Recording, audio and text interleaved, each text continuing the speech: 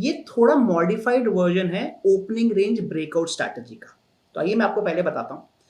इसमें मैं bank Nifty का जो स्पॉट है, जो बैंक निफ्टी का इंडेक्स है, उसकी मैं फर्स्ट कैंडल, और मैं 5 मिनट्स की कैंडल की बात कर रहा हूं, उसकी जो फर्स्ट कैंडल है उसको मैं इग्नोर कर देता हूं।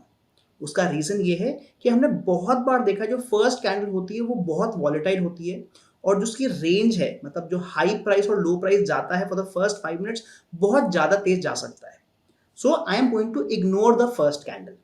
उसके बाद में सेकंड कैंडल से लेकर आधा घंटा, मतलब सेकंड कैंडल से लेकर सेवेंथ कैंडल तक का जो भी हाई प्राइस दिया और जो भी लो प्राइस दिया है उसको एक तरह से मैं रेंज बना लूंगा।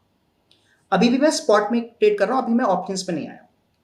नाउ आई एम वेटिंग कि मेरी कोई भी कैंडल जो या तो ऊपर की रेंज को तोड़ दे या नीचे की रेंज को तोड़ दे, हो सकता है वो नेक्स्ट कैंडल हो या हो सकता है वो थोड़ी देर बाद आए।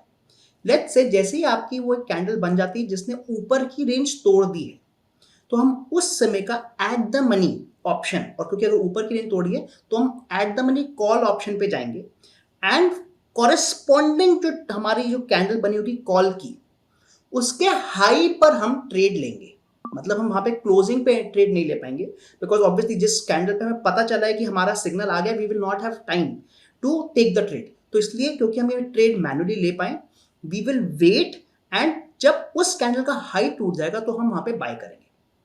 तो this is for the entry. और अगर यही से चीज नीचे की तरफ हो रही होती तो हम एट द मनी पुट ले लेते और पुट के हाई पर बाय करते। आई होप आपको एंट्री क्लियर है। राइट, तो मैं एक बार फिर से रिव्यू कर लेता हूँ इस स्ट्रैटेजी को। सो हमें क्या करना है, 9:15 AM से लेके 9:20 AM का जो फर्स्ट 5 मिनट्स का कैंडल बनेगा उसको कंप्लीटली इग्नोर कर देना है। उसके बाद से 9:20 से अगर आप 9:50 तक का जो टाइम देखो वो हाफ एन आवर है, राइट। सो जो नेक्स्ट 6 कैंडल्स है 9:20 से लेके 9:50 तक, उसका आपको रेंज मार्कआउट कर देना है। एंड फर्स्ट कैंडल को हम इसलिए इग्नोर कर रहे हैं बिकॉज काफ़ी ज़्यादा मूवमेंट हो जाता है। जो फर्स्ट फ्यू मिनट्स में काफ़ी सारे ट्रेडर्स बहुत सारे ट्रेड्स पंच इन करते हैं, इसलिए मूवमेंट काफ़ी ज़्यादा हो जाता है। सो थोड़ा सा वॉलेटिलिटी सबसाइड होने के बाद एक क्लियर रेंज हमें देखने को मिलता है। फिर सिंपल ORB यानी ओपनिंग रेंज ब्रेकआउट का हमें वेट करना है। अपसाइड पे अगर ब्रेक होता है तो जो भी अपसाइड का रेंज होगा उसका एट द मनी कॉल पे हम फोकस करेंगे। एंड जो कैंडल बना है वो 5 मिनट्स का ब्रेकआउट का, उसके हाई के ऊपर, यानी ऑप्शंस के चार्ट की यहाँ पर मैं बात कर रहा हूँ, उसके हाई के ऊपर हम पोटेंशियली बाय कर सकते हैं। Exactly opposite for the put side, यानी अगर डाउन साइड पे ब्रेक डाउन हो रहा है एट द मनी पुट लेंगे। वंस अगेन जो 5 मिनट्स कैंडल का हाई बना है उसके ऊपर ही हम पुट बाय करने की कोशिश करेंगे। एम आई राइट? Yes, perfect. तो हमारी एंट्री क्लियर हो गई है।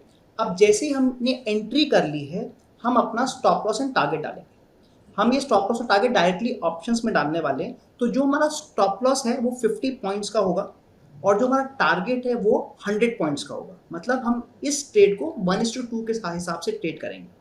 अब यहाँ पर एक बहुत इंपॉर्टेंट चीज़ है, वो है थीटा डिके। तो इस ट्रेड को हम मैक्सिमम केवल 2 घंटे के लिए ही ओपन रख सकते हैं।